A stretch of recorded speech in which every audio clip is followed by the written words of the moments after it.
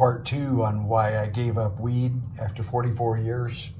Yeah, I started in 1970, habitual user. I took a break from weed from 1991 to 1998. I was started on psychiatric drugs back then, a lot of lithium, Klonopin, Wellbutrin. Yeah, it curbed my appetite for weed, I must admit, but around 1998, Broncos won their first Super Bowl and a friend at work gave me a joint. A couple of weeks later, I smoked the whole thing, passed out on the floor for 45 minutes.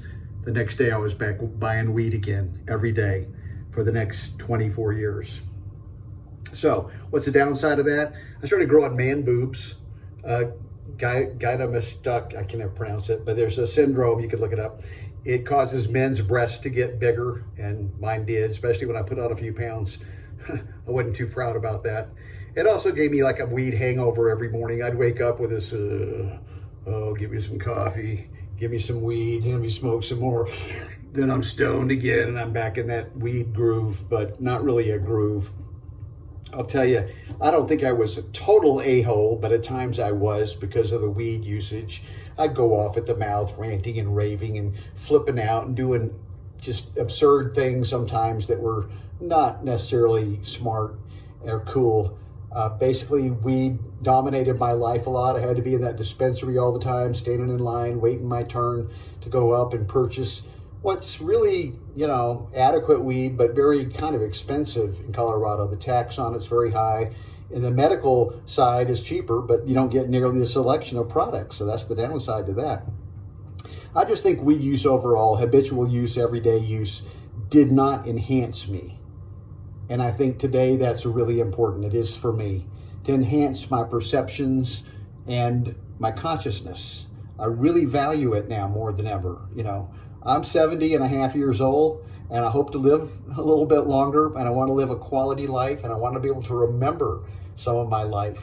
And this party thing with weed all the time, it just had to go. I don't really know what it was, but one day I woke up on December 4th of last year, and I said, I'm not using weed anymore.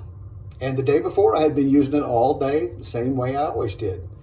Something just struck me that, I don't want to be a slave to cannabis, to marijuana, weed, whatever you call it, pot we used to call it.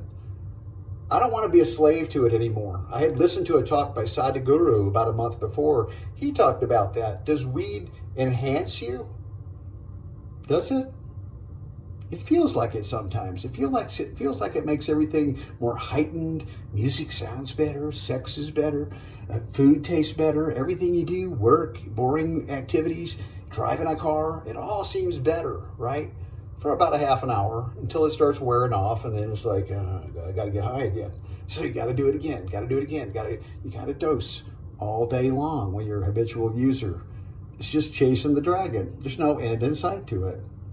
Again, this talk's not for people that are casual users that might take a couple tokes at a party or do an edible sometime to go out to a concert or something, just to enhance it a little bit. It can enhance your experience. I'm not saying it doesn't. Does it enhance you? Me? No.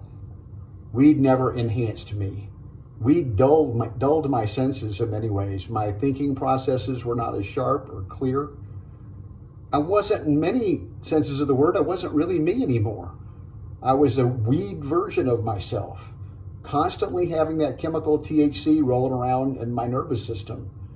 And it didn't make me into a better person. It never did, even though I tried to convince myself for 44 years, oh yeah, Ben, toke up, get high, party on, man, it's cool, it's cool.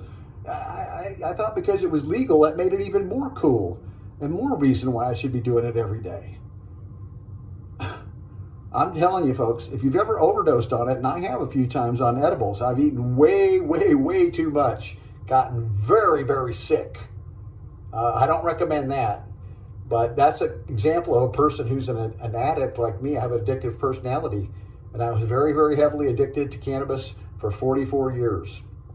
Now I sleep about 6.5 hours a night and feel great waking up. On weed, it used to be 9, 10, 11 hours.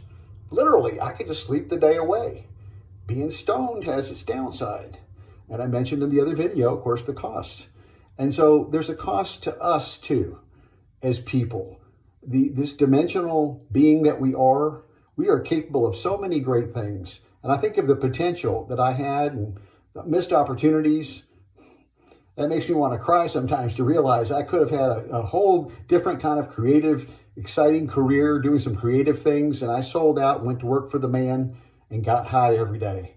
And it's a lot like the song by Dr. Hook and the Medicine Show. I got stoned and I missed it. I got stoned and I missed it. And yeah, I missed a big chunk of my life being high that I can't even remember now. Names and places I went and things I did. A big fog because I was a habitual stoner every day. So if you're one of those types, I'm just suggesting you take a break from it. See what your life might be like without weed. You might be surprised. You may want to go back and use it now and then, but maybe you'll back off and not be an all day long heavy user.